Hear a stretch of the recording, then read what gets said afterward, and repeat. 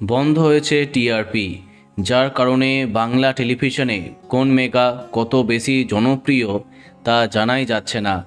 এর ফলে চলতি মেগার মধ্যে কোনটি চ্যানেল শেষ করবে বা কার সময় পরিবর্তন করবে সেটা ঠিক করতে পারছে না। সম্প্রতি জি বাংলার পাইপলাইনে বাঘিনী, ত্রয়ী, সতীপীঠ, কালীঘাট একাধিক মেগা অপেক্ষা করছে। তবে এদের মধ্যে যার আগে আরম্ভ হবার কথা জানা যাচ্ছে তা হলো সতীপীঠ কালীঘাট। আপডেট অনুযায়ী আগামী 5ই আগস্ট আরম্ভ হবে এই মেগার যাবতীয় শ্যুট, যার ফলে এই মাসের মাঝামাঝি বা শেষ করে আসতে চলেছে সতীপীঠ কালীঘাট।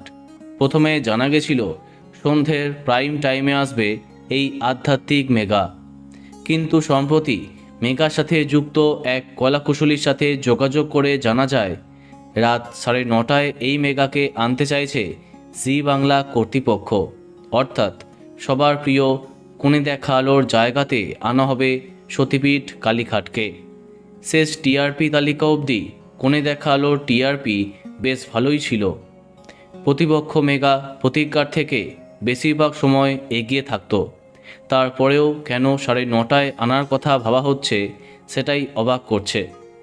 এমনটা হলে আরও রাতের দিকে যেতে পারে কোণে দেখালো, অনেক কমতে পারে টিআরপি। বলা বাহুল্য বেশ খারাপ খবর এই মেগার দর্শকের জন্য। তো বন্ধুরা, এই বিষয়ে তোমার কি মন্তব্য কমেন্টে জানাতে পারো।